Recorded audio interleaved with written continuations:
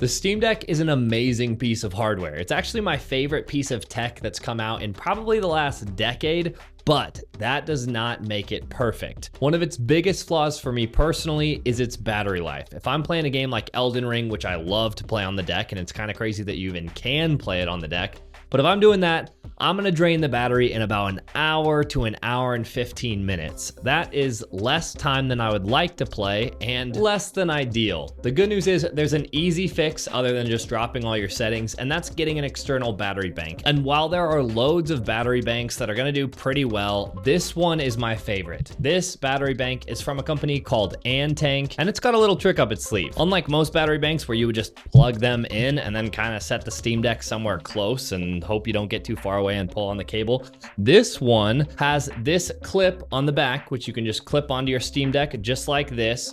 And it's got perforation so that it's not blocking any of the vents. So, okay, fantastic. There, it's locked on right there.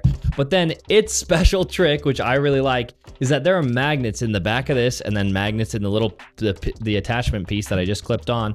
And then you just line them up and it locks on there. And this thing is on there solid. Like, it's not going anywhere. It is solid. And while it's on there, you're gonna charge at the Steam Deck's maximum charge rate of 45 watts, which is great. Anything more than that doesn't help you, at least not for the Steam Deck. But how much battery does it actually give the Steam Deck? Well, I ran some testing and I played a little bit of Diablo because that taxes the GPU and CPU basically all the way. And then I played some Elden Ring because that also taxes the CPU and GPU all the way. And I plugged in the battery bank when the Steam Deck was at 22%. And then I played the whole time while it was charging. This is basically your worst case scenario because while yes, you're charging the Steam Deck, you're also burning up a lot of that charge by playing the game. So what ended up happening is after 1 hour and 11 minutes, the battery bank had died. And after 1 hour and 44 minutes, the Steam Deck was back to 22%. So given that the Steam Deck when playing Elden Ring lasts for an hour to an hour and 15 minutes, what this tells me is this battery bank gives the Steam Deck about another 1.5 charges, which gives the Steam Deck a sort of worst case scenario if you're playing the most hardcore games of 3 hours of runtime. For me personally, that's perfect. If I'm on a flight or something, if the flight is longer than 3 hours, then it probably has outlets that I can plug into.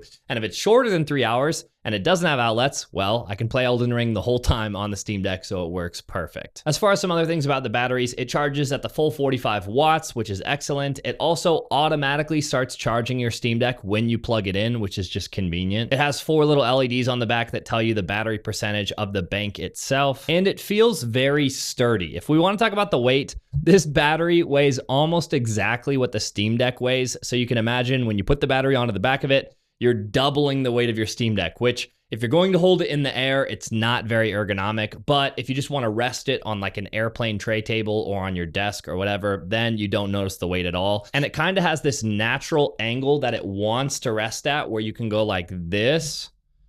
And there it's resting right here and it's kind of wedged against the battery in the desk. And this is really comfortable. And this is a really nice viewing angle. So I don't know if they planned that, but it works really well. As you can also see, the clip on the back of the Steam Deck, which you could leave on all the time, it doesn't affect the airflow. You can see there's a cutout for the vent and then a cutout at the top. So it doesn't affect airflow at all. And it's super easy to take the clip on and off from the back. It just pops right off and then you can take it off and then it pops right on.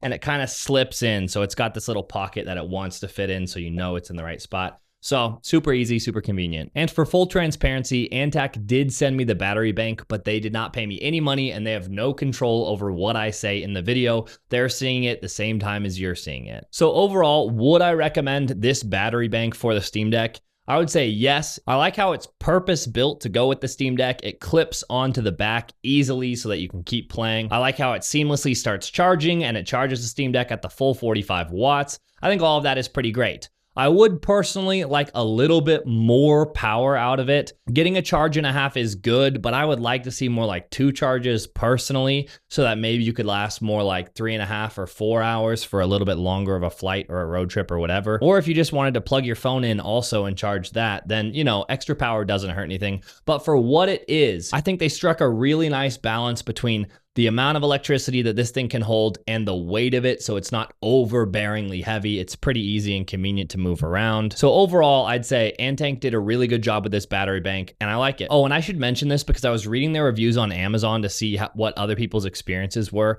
and I saw other people had problems with the magnets interfering with their fans. But Antank reached out to me and they said that they've since fixed the magnet so it doesn't do that. And as far as my testing, I had no effect on my fans at all. They still worked totally normally. So it seems like their newer battery bank and clip don't affect the fans, but that's something to know. So yeah, if you're looking to extend your Steam Deck's battery life while you're traveling or on the go or whatever, this is a really good way to do it. And it's purpose built for the Steam Deck, which just means things work nicely. All right, let me know if you have any questions in the comment section below and I'll try to get to them. And thanks for watching. Peace.